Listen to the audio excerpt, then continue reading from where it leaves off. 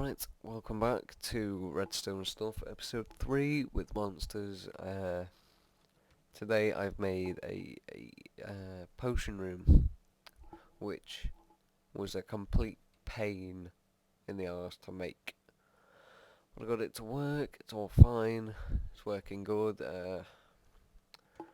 Here it is. It's all, everything, this, with this, it holds. You can push one button and you get everything you need to make that potion with. Yeah, everything you need with one press of a button, and it has the option to add gunpowder, glowstone or redstone. Little board here, redstone adds the length, makes the potion effects last longer. Glowstone increases the potency, which means how effective the potion is on you, and gunpowder makes it splash potion, so you can throw it and splash it. Which is nice. The setup, it works really well. Everything's fairly well compact. Well, not fairly well compact. It kind of is, but it could be better, I believe. I've color coded the walls. Not for the first few. I was trying to color them like the potions, and then I gave up on that just to make the wiring easier to look around and get your head around. So that will. This has taken. I think it took about an hour and a half to make. That was while not. I wasn't fully concentrating on it, but it took an hour and a half to make while I was doing what I was doing. Like watching videos on YouTube and all that stuff. It's quite. It's the all the concept of it is really simple, but wiring it into this kind of space is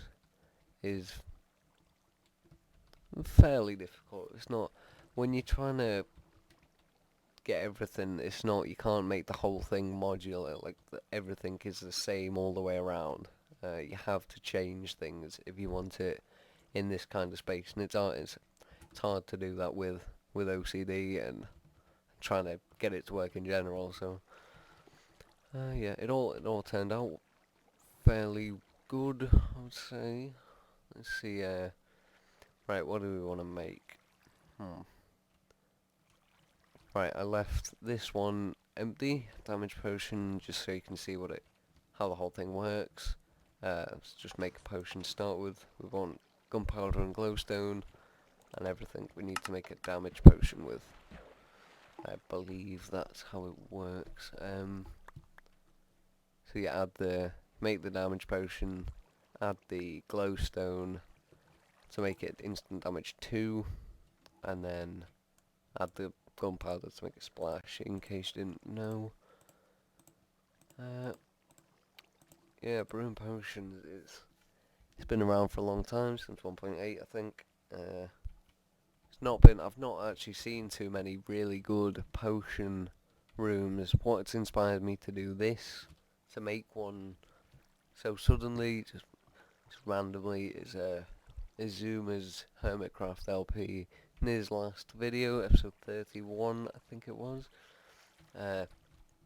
he showed a potion room that he'd made a while ago, and he'd use a decoder and everything, all fancy, and so I thought, I'll have a go, see if I can make a fancy one as well. And none of this wiring is fancy, none of it. It's all simple, but yeah, it's smart but simple. It's the way I've done it is smart, but the concept of the wiring is not smart.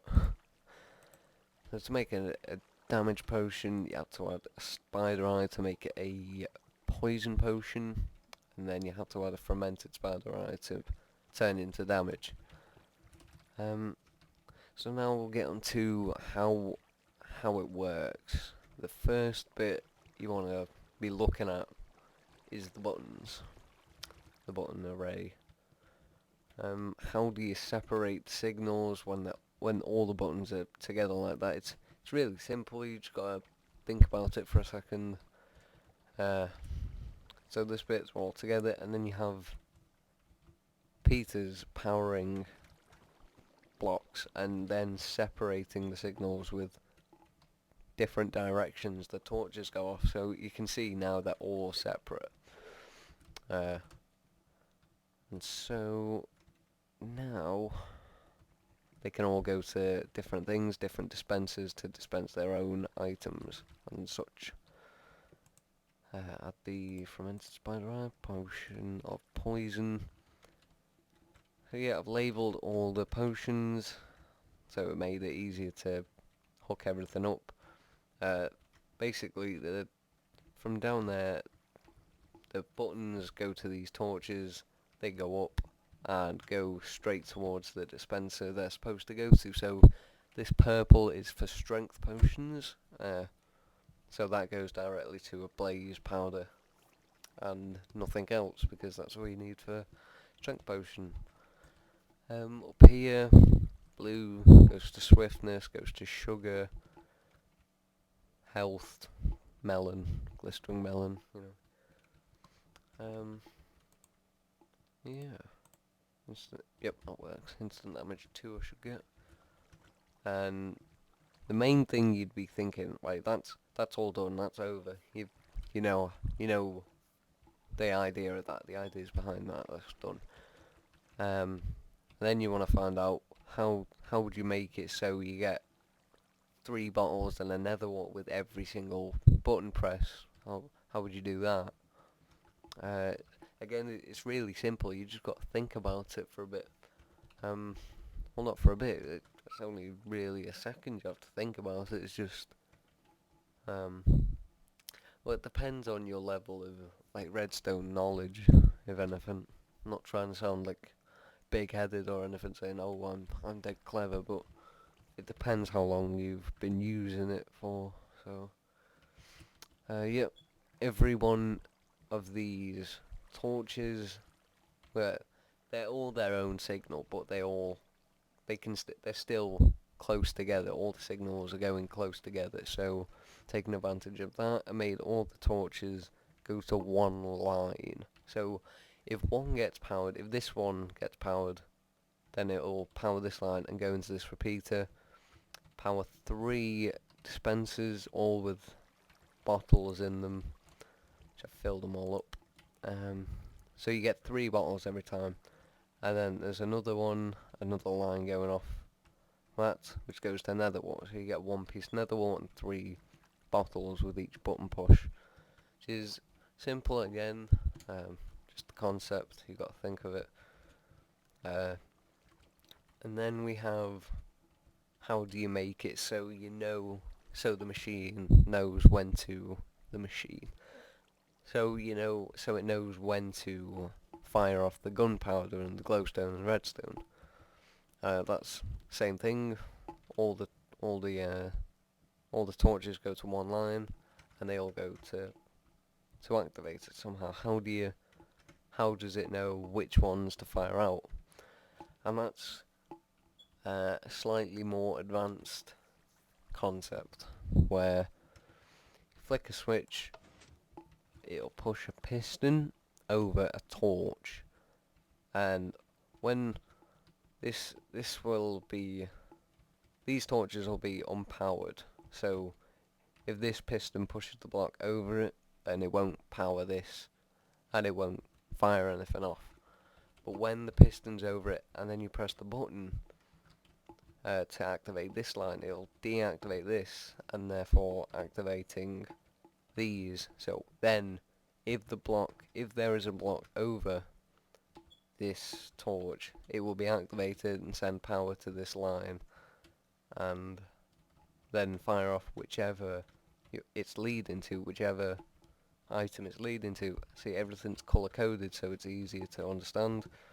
So the gunpowder line, there isn't a block over this. So when this gets powered, this will not get powered. With this pink line for the glowstone, there is a block above the torch, so this will get powered due to this block being here, because the torch is powering it. Hope you understand that. This button, this button is to fire off. So this button is so you don't have to. Well, let me explain it different. You can start a potion off by making it a mundane potion, a thickness potion, or a awkward potion, I believe. So to make mundane, I think it's mundane and thickness. It might be mundane or something. I really don't know. So yeah, so if you don't want to push one of these buttons and get oh wait, scratch all that. Right, you've just made a swiftness potion and you forgot that you wanted glowstone on it. You would then have to push that button again, get all the resources again to make another set of swiftness potions, which you don't want. You just want the glowstone. So this button allows you to only get a piece of redstone, a glowstone, or a gunpowder, depending on which you've selected. Which, that is done by this button going past this line, going past all this. So none of these dispensers are getting powered, just this line is getting activated, which is depowering that, powering these, and goes straight to the gunpowder, glowstone and redstone. It's quite clever in itself, really. It's just in action, get a piece of glowstone falls down, and you can do it in any order just to prove that you can. Redstone and gunpowder, and it all works just fine. Colour coded as well, red for redstone, yellow for glowstone, and grey for gunpowder. And now you have exactly what we wanted, an instant damage 2 splash potion. So yeah, if you can think of any, if you've been looking around and thought that could be done better, I would like to know, because, well, first of all, if you're saying this could be smaller, you could move this and move it over here. I haven't particularly tried to make it compact. I've just tried to make it work. It's like one of the things, like you build what could I use for an example? You build a shed and it's a bit rickety. You're like, oh, well, it's done now. I'll fix it up later, fine tuning later. So I'll get round to doing that. If I make any major improvements, I will definitely show that off. But if you have any suggestions, or, well, if you can think of a really clever way to make it more compact, I would love to hear it. Just comment. There's not too many comments going on, so I will definitely be reading it 100% of the time. So yeah, that's about it. Next episode we will be doing, this is in the test world, by the way, it's just over there. Next episode we will be doing my little enchantment table enchanting room I've made for 1.3 preparation, because you only need half as many bookshelves, which is nice. I made that a while ago, but I'll get into it all next episode, which will probably be tomorrow. I don't know. Most likely it will be rather. I'll probably look at that as well. You'll see what that is. It's inspired by Izuma as well as the potion stamp. Well, that wasn't inspired by Izuma. I was inspired to start building a potion room by Izuma. Yep. Thank you for watching. I hope this was a good episode. I think it was. I will see you next time.